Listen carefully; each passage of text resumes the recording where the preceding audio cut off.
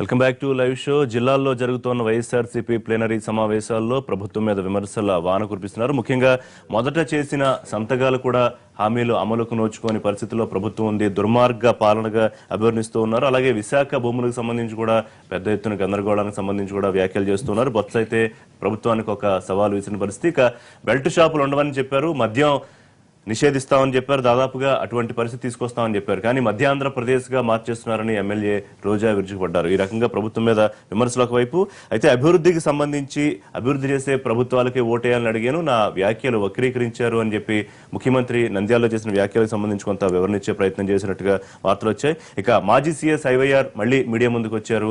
ఖచ్చితంగా రాయపాటి సాంబశివరావు మీద విచారణ చేయించాలి, ఆయన భూములకు సంబంధించి వ్యాఖ్యలు ఆరోపణలకు సంబంధించి, అలాగే అమలు కూడా జరిగే అవకాశం లేదు, మీరు కనుక హామీల విషయంలో ప్రభుత్వాన్ని అడగకపోతే ఆయన మాజీ సీఎస్ గా ఆయన ఈ వ్యాఖ్యలు చేయడం కొంత ఆశ్చర్యకరంగా ఉంది. మరోవైపు గుంటూరులో జరిగిన సభలో బ్రాహ్మణ ఆత్మగౌరవాన్ని దెబ్బతీశారని చెప్పి ఆత్మగౌరవ సభలో ప్రభుత్వంపై విమర్శలు వచ్చాయి. ఈ అంశాల మీద ఇవాళ మాట్లాడదాం. మనతో పాటు నడింపల్లి సీతారామరాజు గారు, ప్రముఖ రాజకీయ విశ్లేషకులు, సీనియర్ జర్నలిస్ట్ జాయిన్ అవుతున్నారు. కారుమూరి నాగేశ్వరరావు గారు, మాజీ ఎమ్మెల్యే, వైఎస్ఆర్సీపీ ముఖ్య నాయకులు. జంధ్యాల రవిశంకర్ గారు, కాంగ్రెస్ పార్టీ ముఖ్య నాయకులు, ప్రముఖ న్యాయవాది. ఎన్ విజయ్ కుమార్ గారు, తెలుగుదేశం పార్టీ అధికార ప్రతినిధి. రైట్, సీతారామరాజు గారు, ఈ ప్లీనరీ సమావేశాలు వరుసగా జరుగుతున్నాయి. సరే, గతంలో గడప గడపన కార్యక్రమం వైఎస్ఆర్సీపీ తీసుకుంది, కొంతవరకు అది జరుగుతోంది, కొన్ని చోట్ల సరిగ్గా జరగట్లేదని అధినేత అసంతృప్తి వ్యక్తం చేశారు. కానీ ఈ ప్లీనరీ సమావేశాల్లో ప్రభుత్వం తీరును, ప్రభుత్వం చేయాల్సిన పనులు ఏ రకంగా చేయట్లేదని పూర్తి స్థాయిలో ఎండగడుతున్న పరిస్థితి కనిపిస్తుందా? ఈ సందర్భంగా వాళ్ళు తీసుకుంటున్న అంశాలు విశాఖ భూములు కానివ్వండి, లేకపోతే హామీల అమలు విషయంలో వాస్తవానికి ఏమైనా దగ్గరగా ఉన్నాయనుకోవాలా, కేవలం రాజకీయ విమర్శలుగానే చూడాల్సిన అవసరం ఉందా? వాస్తవాలకు చాలా దగ్గరగానే ఉన్నాయండి. ఎంతో బాధ్యతగా ప్రతిపక్ష నాయకుడిగా ఆయన చేసే ఆరోపణలకి విలువ ఉంటుంది. అంతేకాకుండా కొన్ని అతిగా కూడా ఉండొచ్చు అప్పుడప్పుడు కూడా. ఏంటంటే పార్టీ పరంగా చూసినప్పుడు ఆలోచించడం చేతను నాయకుడిగా ఆయన సక్సెస్ఫుల్ గానే లీడ్ చేస్తున్నాడు. ఉన్నటువంటి పరిస్థితి అది వేళ రాష్ట్రంలో ఉన్న పని. చేతనే చీటికి మాటికి చంద్రబాబు నాయుడు గారు పార్టీ మీద, కార్యకర్తల మీద, నాయకుల మీద, ఎమ్మెల్యే మీద ఆయన వ్యాఖ్యలు మనం రెగ్యులర్గా చూస్తున్నాం. కాబట్టి నేను ఒక్కొక్క ఇటుకి పేర్చుకోవచ్చు, మీరు బుల్డోజర్ తోటి కొట్టేస్తున్నారు అన్నాను. అంటే బుల్డోజర్ బహుశా జగన్మోహన్ రెడ్డి అయి ఉండొచ్చు. ఏం చేస్తున్న పార్టీ యొక్క చేస్తున్నటువంటి వ్యాఖ్య అర్థంలో ఉండొచ్చా, లేకపోతే సొంత పార్టీ నాయకులు ఊరికే రచ్చకెక్కుతున్నారు రోజుకో వివాదంతో అనే అర్థంలో కూడా బహుశా ఉండొచ్చు. ఫ్రీడమ్ ఎక్కువ అయిపోయిందండి. ఏం చేత అన్ని పార్టీలు దాంట్లో కలిసిపోయింది కాబట్టి బహుశా జంధ్యాల శంకర్ గారు తెలుసు, టీడీపీ కల్చర్ జంధ్యాల శంకర్ గారు తెలుసు. ఎందుకంటే కాంగ్రెస్ పార్టీ వచ్చి అతి ఎక్కువ ఫ్రీడమ్ ఉన్నటువంటి వాళ్ళు వచ్చి పార్టీలో చేరారు కాబట్టి వాళ్ళు అదుపు లేనటువంటి నాయకత్వం ఉంది కాబట్టి అంచేతను చంద్రబాబు నాయుడు గారు నేను ఎప్పుడు ఆయన ఏంటంటే నేను 35 years నేను ఆయన పరిశీలిస్తూ ఆయన కూడా చాలాసార్లు తిరిగాం. అంచేతను ఆయన చేస్తున్నటువంటి వ్యాఖ్యానాలు ఒక స్టాండర్డ్గా చేయాలండి. ఇప్పుడు ఏదైనా చేస్తే ఇదివరకు అసెంబ్లీలో ఓంకార్ ఒక్కరే ఉండేవారు సిపిఎం తరఫున. ఆయన చాలా రెస్పాన్సిబుల్ పర్సన్. ఆయన చేసే వ్యాఖ్య ప్రతి విలువ ఉండేది. ఆయన ఒక్కడే ఆయన పార్టీని నిలబెట్టుకుంటూ వచ్చాడు. అలాగే సిపిఐ పార్టీలో ఉండేవారు. కాంగ్రెస్ పార్టీలో ఉన్నటువంటి ఎంఐఎం నాయకులందరూ కూడా ఇంచుమించుగా చాలా మంది వైఎస్ఆర్ కాంగ్రెస్కి వెళ్ళిపోయారు.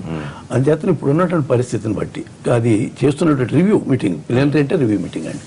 వచ్చి ఎలక్షన్స్కి డ్రెస్ రిహార్సల్స్ అంటే ఇప్పటి నుంచి స్టార్ట్ చేయకపోతే రేపు చాలా ఇబ్బంది వస్తుంది. కాబట్టి ఆయన చేసే వ్యాఖ్యలో చాలా వాస్తవం ఉంది కాబట్టి ప్రజల్లో కూడా అటువంటి స్పందన వస్తుంది. కాబట్టి ఇప్పుడు చాలా సంతృప్తిగా ఉంది కాబట్టి ఆయన వ్యాఖ్యలకు విలువ పెరిగింది. విజయ్ కుమార్ గారు, అంటే ప్లీనరీలో చేసేవి కేవలం రాజకీయ వ్యాఖ్యలు మాత్రమే కాదు, ఎంతో కొంత వాస్తవ పరిస్థితికి దగ్గరగా ఉందనేది వారి అభిప్రాయం విశ్లేషకుడుగా. పూర్తిగా అసలు రాష్ట్రంలో దుర్మార్గ పాలన నడుస్తుందని విమర్శిస్తూ ఉన్నారు. ముఖ్యంగా ఈ భూముల కుంభకోణం ప్రభుత్వాన్ని తీవ్ర స్థాయిలో ఇబ్బంది పెడుతున్నట్టుంది. నిన్న బొత్స కూడా మీకు సవాల్ విసిరారు. మీరు ఏమన్నా అడుగుతుంటే రివర్స్ లో మమ్మల్ని ఆరోపణ చేస్తున్నారు, ఏమన్నా ఉంటే ప్రూవ్ చేయండి, లేకపోతే రాజకీయ సన్యాసం తీసుకుంటాం అనే స్థాయిలో ప్రతిపక్షాల నుంచి మీకు సవాళ్లు వస్తున్న పరిస్థితి. సార్, బొత్స గారు కానీ, జగన్ గారు కానీ, ఆ పక్క ఉన్న ధర్మాప్రసాదరావు కానీ, ఆయన జగన్ గారు లెఫ్ట్ రైట్ హ్యాండ్ సైడ్ కూర్చున్నారు, ఇంకొంతమంది, వీళ్ళందరూ ధర్నా చేయడం నేనేం కాదను. ఎందుకంటే వాళ్ళకి అన్యాయం జరిగింది అనిపించింది ధర్నా చేస్తున్నారు. కానీ ధర్నా చేసే ముందు ఏ భూముల కోసం ధర్నా చేస్తున్నారు, ఎప్పటి నుంచి కబ్జా అయిన భూముల కోసం దాన్ని ధర్నా చేస్తున్నారు, ఎవరు చేసిన భూముల కోసం, ఎవరు కబ్జా చేసిన భూముల కోసం వీళ్ళు ధర్నా చేస్తున్నారు. 2004 నుంచి 2014 దాకా ఖచ్చితంగా వైజాగ్లో వైజాగ్ చుట్టుపక్కల ప్రాంతాల్లో భూములు కొంతవరకు కబ్జా అయిన మాట వాస్తవం. దాంట్లో ఎవరు కాదంట్లా. కొంతవరకు అది 2014 తర్వాత స్పిల్ ఓవర్, వరదకి స్పిల్ ఓవర్కి తేడా ఉంది. వరద వేరే, స్పిల్ ఓవర్ వేరే. రాజశేఖర రెడ్డి గారి జమానాలో ఈ అందరూ ఈ అలీబాబా 40 దొంగలు అంటే బాగుండేమో కానీ వీళ్ళందరూ అక్కడ ఉన్న వాళ్ళే గత 10 సంవత్సరాల పాటు అధికారం అనుభవించాలి. వీళ్ళ దీంట్లో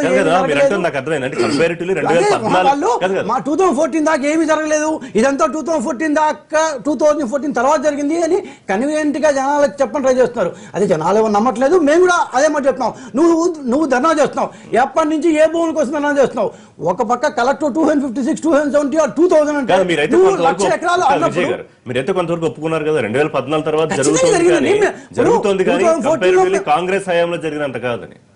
ఇప్పుడు అప్పుడు దోచేయడానికి అలవాటు పడిన కొంతమంది ప్రభుత్వ అధికారులు, కొంతమంది రాజకీయ నాయకులు ఖచ్చితంగా దాన్ని కంటిన్యూ చేసి ఉంటారు. అందుకే ఫస్ట్ 2-3 అధికారులను సస్పెండ్ చేశాము, క్రైమ్ కేసులు పెట్టాము, తర్వాత పోలీస్ ఇన్వెస్టిగేషన్ ఒక ప్యానల్ జరుగుతోంది, స్పెషల్ ఇన్వెస్టిగేషన్ జరుగుతోంది. ఎవరైతే జాయింట్ కలెక్టర్ దీని మీద ఫస్ట్ స్టార్టింగ్ ఇది ఇచ్చారో పెట్టాము. ఇంతకుముందు సిబిఐ పెట్టాము. ప్రభుత్వం వైపు నుంచి మాజీ మంత్రి ఆ ప్రాంతానికి సంబంధించి విజయనగరం నాయకుడిగా ఉన్న బొత్స మీద రివర్స్ లో ఆరోపణలు చేస్తుంటే దానికి ఆయన రియాక్ట్ అయ్యారు. మీరు సిబిఐ అడిగితే మళ్ళీ తిరిగి మమ్మల్ని అంటారా? ప్రూవ్ చేస్తే నేను తప్పుకుంటాను రాజకీయ. ఎగ్జాక్ట్లీ.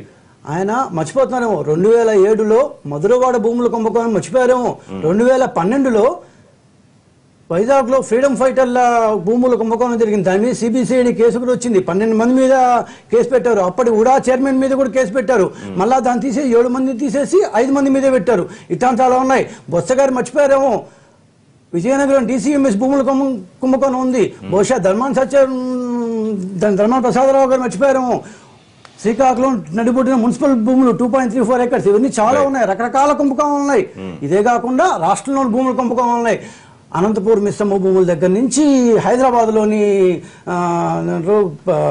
ఇది మణికొండ భూముల దగ్గర నుంచి బయ్యారం భూముల దగ్గర నుంచి చాలా ఉన్నాయి. సరే ఆ భూములంతా వద్దు, వైజాగ్ లో వరకు భూములు వేసుకున్నాం. బికాజ్ వైజాగ్ ధర్నా కాబట్టి. వైజాగ్ లో 2004 నుంచి ఇప్పుడు మేము సిట్ చేసినప్పుడు దానికి ఒక టైం లైన్ ఇస్తున్నాము. ప్లస్ ఎప్పటి నుంచి ఈ భూములు ఇప్పుడు 1,00,000 ఎకరాలు 250 acres ఇస్తూ 1,00,000 ఎకరాలు సంబంధం లేదు అక్కడ. సో మీరు 1,00,000 ఎకరాల దగ్గర ఉన్నప్పుడు ఇదేదో మీ దగ్గర సాక్ష్యాధారాలతో దాన్ని స్పెషల్ ఇన్వెస్టిగేషన్ టీంకి ఇవ్వండి.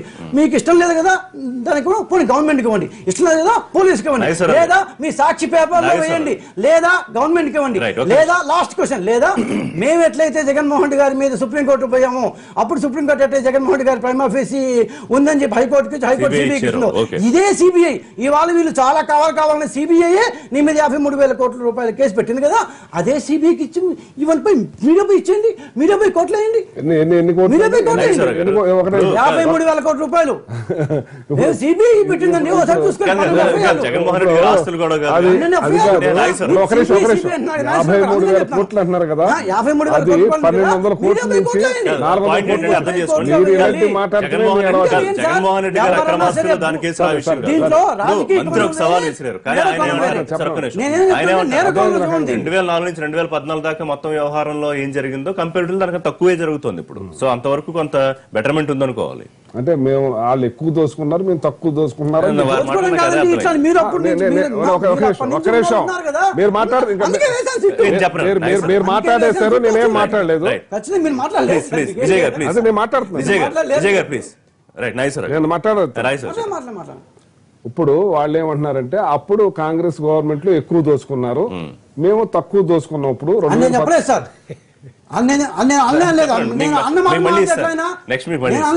కొంతమంది సబ్ రిజిస్ట్రార్లు నేను చెప్పాను. అవునండి, నేను చెప్తాను. నాకు ఒక్క నిమిషం అండి. మీరు అవునండి, నేను ఏం మాట్లాడి మీ ఇష్టం వచ్చినట్టు మీరు మాట్లాడారు, నేనేం మాట్లాడలే. నేను మాట్లాడలే. అది మీరు కరెక్ట్ అని చెప్తున్నారా? అది మీరు కరెక్ట్ అని చెప్తున్నారా? నేను చెప్తాను, నాకు నచ్చింది నేను చెప్తాను, నాకు తెలుసు నేను చెప్తాను. మీరు మళ్ళీ మాట్లాడండి. విజయ్ గారు కాదు, వారు అర్థం చేసుకున్నదని చెప్పండి. నన్ను మాట్లాడండి, నాకు తెలుసున్నది నేను మాట్లాడతాను. ఆయన చెప్పింది నేను ఎందుకు మాట్లాడతాను? నాకు తెలుసున్నది నేను మాట్లాడతాను. నాకు తెలుసున్నది నేను మాట్లాడతాను. ఇది పద్ధతి కాదండి. ఇలాగే చేస్తున్నారు. మీ పరిపాలన కూడా ఇలాగే ఉంది. దుర్మార్గ పరిపాలన చేస్తున్నారు. దోపిడీ చేస్తున్నారు, దోచుకుంటున్నారు, ఇంకా సిగ్గు లేకుండా మారుతున్నారు. అప్పుడు అలవాటు పడిన కొంతమంది సబ్ రిజిస్ట్రార్లు వాళ్ళ మీద కొంతమంది అప్పుడు అలవాటు పడిన వాళ్ళు మా పార్టీలో చేరారు, వాళ్ళు దోచుకుంటారని చెప్తారు. మీకు అవకాశం ఇచ్చాను, మీరు చెప్పారు, తర్వాత వారు మాట్లాడండి. చెప్పండి, నా ఇష్టం చెప్పింది మీ ఇష్టం, నేను చెప్పిన మాట మీ ఇష్టం అవుతుంది. మీరు చెప్పండి, నా ఇష్టం. అవునండి, మీరు చెప్పిన తర్వాత లైవ్ లో అదే ఒక సెకండ్ లో మీరు తర్వాత చెప్పండి, మీరు చెప్పింది తప్పండి తర్వాత చెప్పండి. ఇవాళ 2014 దాకా దోపిడీ జరిగింది, తర్వాత కూడా అంత జరగలేదు, కొంత జరిగింది అని వచ్చింది అభియోగం. కానీ ఇవాళ బొత్స సత్యనారాయణ గారు, మీకు గవర్నమెంట్ ఉంది, మీకు సిబిఐ ఉంది, మీకు పోలీస్ ఉంది, మీకు సిట్ ఉంది, ఏదైనా ఎంక్వైరీ చేసి అవసరం సిబిఐ ఏమంటున్నాడు ఆయన, సిబిఐ ఎంక్వైరీ చేసి మీరు గొప్పవాళ్ళు కాబట్టి, నీతిమంతులు కాబట్టి, మీరు నిజాయితీ పరులు కాబట్టి మీరు సిబిఐ ఎంక్వైరీ చేసి అప్పటి నుంచి తీసుకురండి. అప్పటి నుంచి ఏ దొంగలు ఉన్నారో ఆ దొంగలందరినీ కూడా అరెస్ట్ చేసి జైల్లో పెట్టే ఇది ఉంటది మీరు దోచుకుంటే. ఇవాళ మీరు దోచుకుని దొంగల్లాగుండి మీ సీట్ మీ చేతి కింద పనిచేసిన ఎందుకంటే ఐవీఆర్ కృష్ణారావు గారు చీఫ్ సెక్రటరీ దాని విషయానికి దీనికి సంబంధం అండి. అతన్నే మీరు లెక్క చేయట్లేదు, మీ కింద పనిచేసే చిన్న వాళ్ళని ఒక సీట్ కింద వేసి వాళ్ళు ఇష్టం వచ్చినట్టు ఒరిజినల్ గా రాస్తే ఏమైనా ఇస్తారా మీరు? అలాగే ఒక నిమిషం, అలాగే ఒక రామకృష్ణ అనే అతను అరటి తోటలు తగలబెట్టి తెలుగుదేశం వాళ్ళ తగలబెట్టారంటే అతను వీఆర్ లో పెట్టారు. ఇప్పుడు ఇక ఎక్కడండి న్యాయంగా వచ్చేది? అందుకనే మీరు సిబిఐ ఎంక్వైరీ చేసి, మీకు దమ్ము ధైర్యం అన్ని ఉంటే మీరు సిబిఐ ఎంక్వైరీ చేసి 2014 ముందు కూడా ఎంతమంది దొంగలు ఉన్నారో, మీ తర్వాత ఇప్పుడు ఎంతమంది దొంగలు ఎన్ని లక్షల ఎకరాలు దోచుకున్నారో అన్ని కూడా బయట పెట్టండి. ఇప్పుడు నాగేశ్వర గారు, మీరేమో రాష్ట్రంలో దుర్మార్గ పాలన ఎక్కడెక్కడ ప్లేనరీలో మాట్లాడుతున్నారు నాయకులు. అసలు అయోగ్యులకు ఓటు వేసేస్తారేమో అని భయంతో నేను మిమ్మల్ని ఎడ్యుకేట్ చేసే ప్రయత్నం చేస్తున్నాను. ముఖ్యమంత్రి మన నంద్యాలలో చేసిన కామెంట్స్ ఆయన మళ్ళీ ఎక్స్ప్లెనేషన్ ఇచ్చే ప్రయత్నం చేశారు. నేను వేసిన మీద రోడ్డు నడుస్తున్నారు, నేను వేసిన రోడ్డు మీద మీరు నడుస్తున్నారు, నేను ఇచ్చిన పెన్షన్ తింటున్నారు, మీరు నేను ఇచ్చిన రేషన్ తింటున్నారు అంటే మీ బాబు సొత్తా, ఎవరి సొమ్మండి? ఒక రాష్ట్రానికి సంబంధించిన ముఖ్యమంత్రిగా నిన్ను ఒక ప్రజలు ఎన్నుకుని నిన్ను పెట్టారు చక్కగా నడిపించమని. నేను జడ్పీ చైర్మన్ చేశాను, వెస్టోడార్ నాకు రోజు ఫైల్స్ వచ్చాయి, బోర్డంత డబ్బు నా చేతిలో ఉండేది. ఏ రకంగా ఇవ్వాలో జిల్లా అంతా కూడా అన్ని వర్గాలకి ఎవరెవరికి ఎంత ఇవ్వాలో అంతా ఉంటే అలా చేసాం మేము. అంటే ఒక నాకు కూడా అనుభవం ఉంది. ఆయన భయం ఏంటంటే ప్రజలు ఎక్కడన్నా కన్ఫ్యూజన్ లో అయోగ్య పాలనకు అయోగ్యులకు ఓటేసేస్తారమో ఇదంతా చెప్తున్నారు. ఒక చంద్రబాబు నాయుడిని ఎన్ను పొట్టు పొడిచి వచ్చారండి ఈయన, అదే కాంగ్రెస్ పార్టీ నుంచి. అది నినాదంగా అయిపోయింది. అవునండి, అవునండి, ఏదైనా సార్ ఒక ఎన్ను పోటు పొడిచిన వ్యక్తి నువ్వు ఏ రకంగా లాస్ట్ 9 సంవత్సరాలు చేసావో తెలుసు.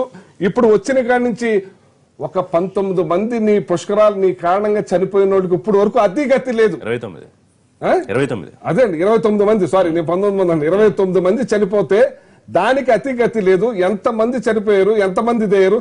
నీ ఎమ్మెల్యే ఒక విప్పుగా పనిచేస్తున్న వ్యక్తి ఒక ఎంఆర్ఓని కొడితే నువ్వు పెద్ద మనుషులకు కూర్చోబెట్టుకుని తగు చెప్తావా? కలెక్టర్ల మీటింగ్ లో ఓపెనింగ్ గా మా వాళ్ళకే పని చేయండి, మా వాళ్ళతోటే ఉండండి, మా వాళ్ళతోటి ఇదిగా ఉండండి అంటే ఇక నీకు ఏ ఎమ్మెల్యే ఏమంటారంటే చెడు కూడా ఆడేసుకుంటున్నారండి. ఇసుక మట్టి దోపిడీ, ఒక జేబులు కొట్టేది తప్ప అన్ని దోచుకుంటున్నారు. ఇప్పుడు జంధ్యాల రవిశంకర్ గారు, ఈ పరిస్థితి ఇలా ఉంది కాబట్టి రాష్ట్రంలో దుర్మార్గ పాలన జరుగుతుంది కాబట్టి త్వరలో జగన్మోహన్ రెడ్డి ముఖ్యమంత్రి అయిన తర్వాత మన కష్టాలు తిరిగిపోతాయి. ఇది ప్లేనరీలో వైఎస్ఆర్సీపీ నాయకులు చెప్పేది. ఇప్పుడు మనం 2-3 విషయాలు పెద్దలు రాజుగారికి తెలుసు. గతంలో ఒకసారి ఇట్లాంటి ఇది వస్తే ఎన్టీ రామారావు గారు 1940 నుంచి ఎంక్వైరీలు వేద్దామన్నారు, అందరూ తప్పు వచ్చారు. రాజశేఖర రెడ్డి గారు కూడా వేద్దాము మీ పరిపాలన నుంచి మొదటి నుంచి వేద్దామంటే అందరూ తోకముడిచారు. ఇప్పుడు కూడా చంద్రబాబు నాయుడు గారికి అవకాశం ఉంది.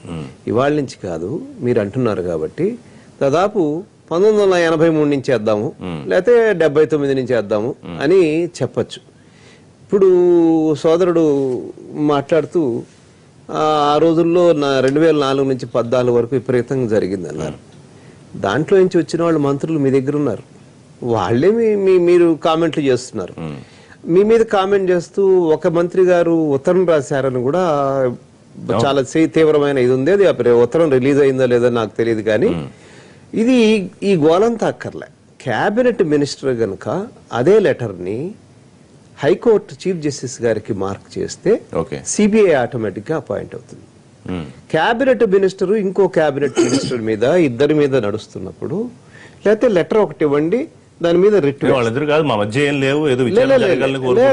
క్లియర్ గా ఒక మంత్రి ఉత్తరం రాశారు సిబిఐ వేయాలి అన్యాక్రాంతాలు జరిగినాయి అని.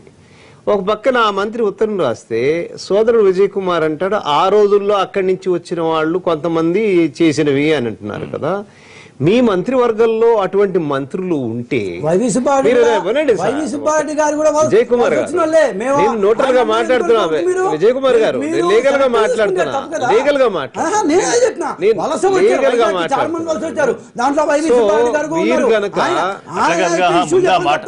ముందా మాట మంత్రే కదా మంత్రి గారు ఎక్కడి నుంచో వచ్చి ఇక్కడ ఆయన అన్నమాట ఒప్పుకున్నా. వైజాగ్ ఎక్కడి నుంచో వలస వచ్చాడు. వైవి సుబ్బారెడ్డి గారు కూడా ఒంగోలు నుంచి వైజాగ్ కలిసి వచ్చాలే. ఆయన యొక్క లిస్టుతో ఉంటే చాలా ఉంది, పెద్ద లిస్టు. సో మేము మీకు కన్వీనియంట్ గా ఉన్నారు కాబట్టి గంటా శ్రీనివాసరావు, నేను పేరే చెప్తున్నా, మీరు ఆయన పేరు, నేను ధైర్యంగా పేరు చెప్తున్నా. మీరు కన్వీనియంట్ గా ఉంది కాబట్టి గంటా శ్రీనివాసరావు కారణం చేయొచ్చు కాబట్టి ఏమన్నా, అదే విధంగా ఈయన కూడా కారణం చేయొచ్చు కదా. చాలా మంది వలస వచ్చిన వాళ్ళు అందరి పేర్లు ఉన్నాయి. నాకు గంటా శ్రీనివాసరావు గారు ఎవరు, మిగతా వారు చెప్పిన మాటను బట్టి, కాబట్టి వారు రాసిన లెటర్ ఉంటే దాన్ని హైకోర్టుకు పంపిస్తే వారే ట్రీట్ చేస్తారు. మీ మంత్రి మీకు రాసినప్పుడు అంటే మీ మంత్రివర్గంలో సహచరులు ఇచ్చిన లెటర్ని మీరు ఖాతరు చేయట్లేదు. అది కనుక చేస్తే తప్పే ఉంది. ఒకవేళ మీరు సిట్ అంటే ఏముందండి, సిట్ అంటే సిట్టు, స్టాండ్ అంటే స్టాండ్, సిట్టు స్టాండ్ కదా. మరి అది కాదు కదా. ఇక్కడ జరిగేది ఏంది? ఇప్పుడు రెండు రాష్ట్రాలు ఒకటి గురించి మాట్లాడుతున్నారు. ఇప్పుడు ఇందాక విజయ్ ఒక మాట అన్నారు, అవసరమైతే మీరు కోర్టులకు వెళ్లి డైరెక్షన్ తీసుకుని కోర్టుల డైరెక్షన్ నుంచి కూడా సిబిఐ ఇచ్చే అవకాశం ఉంటుంది. ఎందుకంటే మీరు అడిగిన ప్రభుత్వం ఇవ్వట్లేదు కదా. So there is a chance ప్రతిపక్షాలకు. మీరు మంత్రి ఇచ్చిన లెటర్ మంత్రిని వెళ్ళమంటున్నారు. మీరు మంత్రి ఇచ్చిన లెటర్ మాకు ఇవ్వమనండి అఫీషియల్ గా. ఎవరైనా లెటర్ లేకుండా కూడా మీరు లెటర్ లేకుండా అక్కర్లే. నేను అనేది ఏంటంటే ఆయన ముఖ్యమంత్రికి రాసిన లెటరు ఇస్తే డైరెక్ట్ గా ఇదిగో వేశారు ఆయన చెప్పి, ఎందుకంటే మళ్ళీ రైట్ టు ఇన్ఫర్మేషన్ గోలా బోలుడు వచ్చాయి ఇవన్నీ. అవి తర్వాత రేపు తూచి మీరు రాయలేదు, అసలు ఎవరు చెప్పారండి, మీడియా వాళ్ళు వెదవలు వాళ్ళు రాసుకున్నారంటారు. వీళ్ళు రకరకాల మాటలు మాట్లాడతారు. అట్లా కాకుండా ఒక మాట వచ్చేస్తాయి. ఆయన కనుక ఇస్తే ఇదే పబ్లిక్ డాక్యుమెంట్ కాదు. అసలు ఇష్యూ మీద ఏ రకమైన అవగాహన లేదు. జంజాల్ శంకర్ చెప్పింది గారు కానీ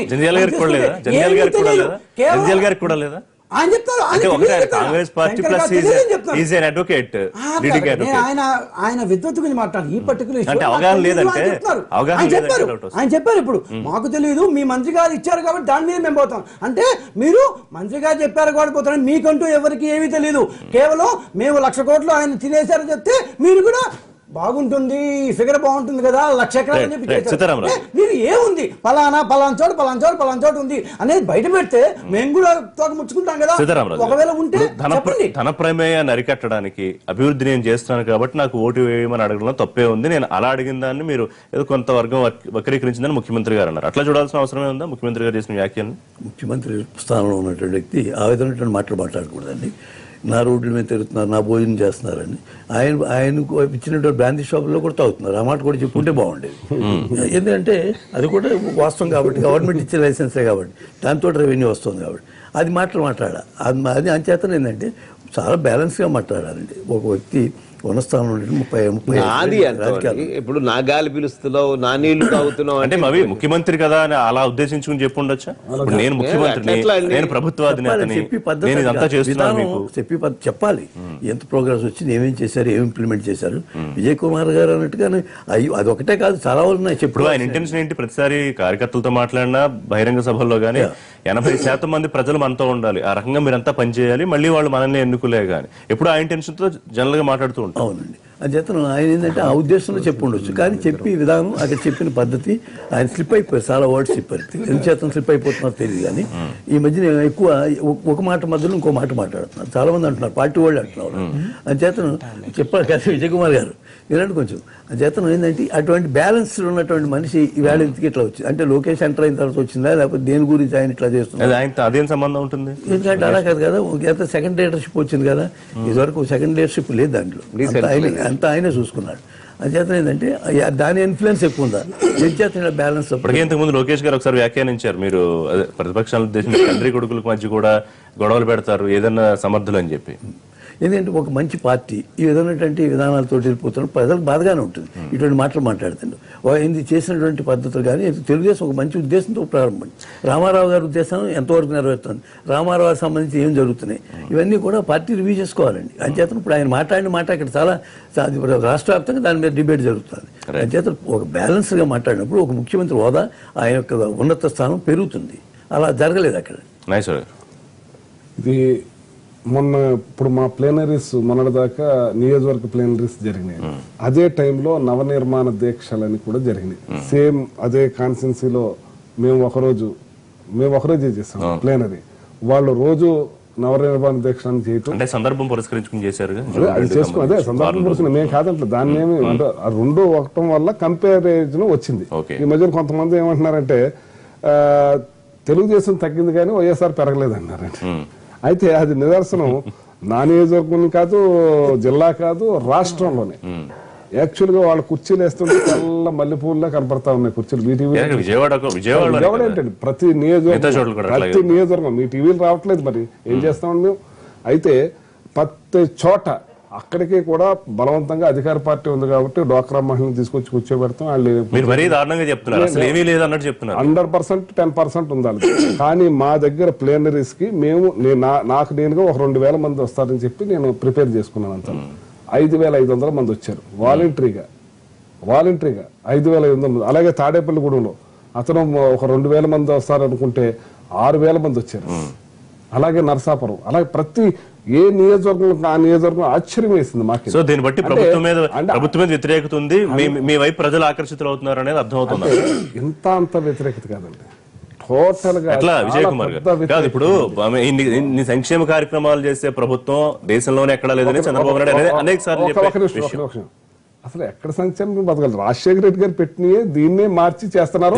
ఆ రోజున రాజశేఖర రెడ్డి గారు ఫీజు రీయింబర్స్మెంట్ పేద విద్యార్థి బ్రాహ్మణ బిలో ప్రాపర్టీ వాళ్ళు కూడా చదువుకుని అందరితో కులంతో సంబంధం లేకుండా అందరికీ ఇచ్చేసాడు ఆయన పూర్తిగా ఫీజు రీయింబర్స్మెంట్. వీళ్ళేమిటి 30,000 ఇస్తున్నారు, 1,20,000 మేము కట్టుకోమంటున్నారు.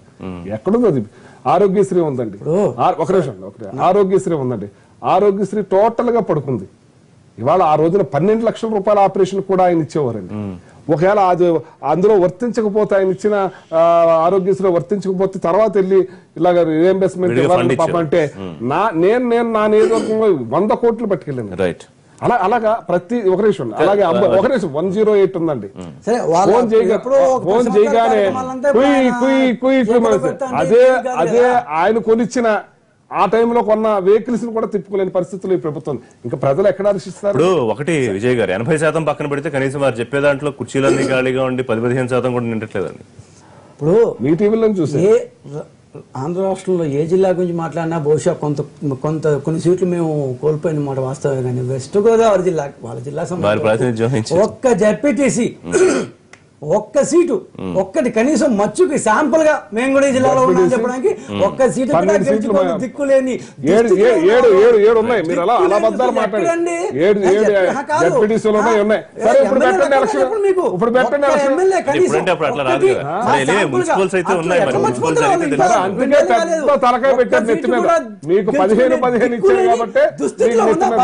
వాళ్ళు ఏం మారుతారు? 3 సంవత్సరాల క్రితం జరిగింది, ఇంకొక 2 సంవత్సరాల్లో అదృష్టవశాత్తు ఎన్నికలు వస్తాయి. మళ్ళా ఖచ్చితంగా ఈ 5,000 ఇస్తారు, 5,000 దోపిడీ చేసిన మాకు వస్తాయని ఆశావాదం వల్ల ఇవాళ నేను హ్యాపీగా ఉంటాను నాగేశ్వరం అనుకుంటే ఒక రోజు నాకు ఆయన ఉండడం వల్ల 10 సంవత్సరాలు మీరు బయట ఉన్నారు. 10 సంవత్సరాలు నేను అట్లా అనుకుంటే నేను హ్యాపీగా ఉంటాను నాగేశ్వరరావు అనుకుంటే అట్లే ఉన్నామని చెప్పండి, మాకేం పెద్దలేదు. ఇకపోతే ఒక్క విషయం సార్, ఆయన సంక్షేమ కార్యక్రమం చెప్పారు. దేశంలో ఏ రాష్ట్రానికి లేదంటే 43,75,000 పెన్షన్ ఉంది. 2 months బ్యాక్ ఇంకా కొత్త ఫిగర్ లేదు, 44 lakhs. 44 లక్షల మందికి ప్రతి నెల అంటే అది కాదు విజయ్ గారు, ఇప్పుడు ప్రభుత్వాన్ని కాదు కాదు మీరు చెప్పి వచ్చిందే కదా, మీరు ఎన్నికల ముందు చెప్పి వచ్చిందే, దాన్నే ఇస్తున్నారు. 44 లక్షల మందికి విజయ్ గారు, నా పాయింట్ మీరు అదే చెప్పారు, అధికారంలోకి వచ్చారు, అదే చేస్తున్నప్పుడు దాన్ని మళ్ళీ ముఖ్యమంత్రి దాన్ని ప్రత్యేకంగా చేస్తున్నట్టు అలా అన్న కొంత అది కొంత చెప్పారు కదా. నేను ఒక 2 minutes ఒక నిమిషం. It was a very informal talk with our own party people. కానీ మా పార్టీ వాళ్ళతో మాట్లాడినా వేరే పార్టీ వాళ్ళతో మాట ఎప్పుడో ఒకటే ఉండాలి, నేను కాదంట్లా. ఈ రోజు కూడా చెప్తున్నాము, ఒక పార్టీ అధ్యక్షుడిగా గవర్నర్ ఆయన ముఖ్యమంత్రిని గవర్నమెంట్ ఫామ్ చేయని ఆహ్వానించారు. అది ఆయన నా ప్రభుత్వం అనుకోవడంలో తప్పేమీ లేదు. ఐ స్టాండ్, నా ప్రభుత్వము అనుకోవడంలో ఏమాత్రం తప్పు.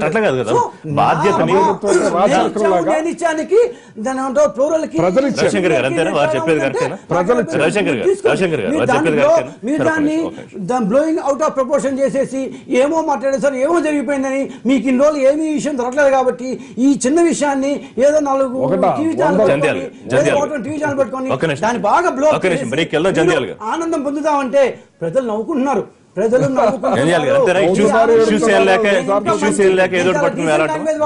మీ ఆనందం ఎలాంటి ఆనందం అది, నేను ఆ మాటలు ఎలాంటి ఆనందం పొందుతున్నారో నేను మాట్లాడలేదు, నవ్వుకుంటున్నారు. స్టేట్ కి హెడ్ గవర్నర్ గా ఉంటారండి, ప్రభుత్వానికి హెడ్ చీఫ్ మినిస్టర్ ఉంటారు. స్టేట్ పథకాలు 90% ఇవన్నీ స్టేట్ ఇచ్చే డబ్బులు ప్రభుత్వం ఇవ్వదు. స్టేట్ పథకం అది ఒక రకంగా. రెండోది గవర్నర్ స్పీచ్ లో మై గవర్నమెంట్ అంటాడు కానీ తప్ప ముఖ్యమంత్రి అంటానికి అవకాశమే లేదు రాజ్యాంగం ప్రకారం. ప్రజల ప్రభుత్వం అది. ఈ తెలుగుదేశం ప్రభుత్వం, కాంగ్రెస్ ప్రభుత్వం, వైఎస్ఆర్ ప్రభుత్వం అనేది ఉండదు. ప్రభుత్వం అనేది కంటిన్యూస్ ప్రాసెస్ తప్ప. ఇవాళ గతంలో కూడా ఇందాక సోదరుడు రైస్ చేశారు, వారు కూడా రైస్ చేశారు. వెస్ట్ గోదావరిలో టోటల్ గా అన్ని సీట్లు ఇచ్చారు. ఆయన ఒక డిస్ట్రిక్ట్కి వెళ్ళి వెస్ట్ గోదావరి మొత్తం ఇచ్చారు, మీరు ఏమి ఇవ్వలేదు, మీకు నేను ఎందుకు చేయాలని కూడా మాట్లాడాడు. ఇది చాలా ఫ్రస్ట్రేషన్ కనిపిస్తుంది. ఎందుకంటే గ్రాఫ్ పడిపోతున్న కొద్దీ ఫ్రస్ట్రేషన్ పెరుగుతుంది. ఆ ఫ్రస్ట్రేషన్ వల్ల గ్రాఫ్ పడుతున్నప్పుడు ఇందాక నాగేశ్వరరావు గారు అన్నారు టీడీపీ వ్యతిరేకతుంది కానీ వైసీపీ ఏం పెరగట్లేదు అని. మరి అప్పుడు ఫ్రస్ట్రేట్ అవ్వక్కర్లేదు కదా. ఒకవేళ అది వాస్తవం అయితే, మీరు అన్నది వాస్తవం అయితే అప్పుడు ఇబ్బంది పడాల్సిన అవసరం ఏముంది? అంటే వాళ్ళ అనుబంధ పార్టీ మేము మా అంతటగా ఎదుగుతామని చెప్పడం ఒక యాంగిల్.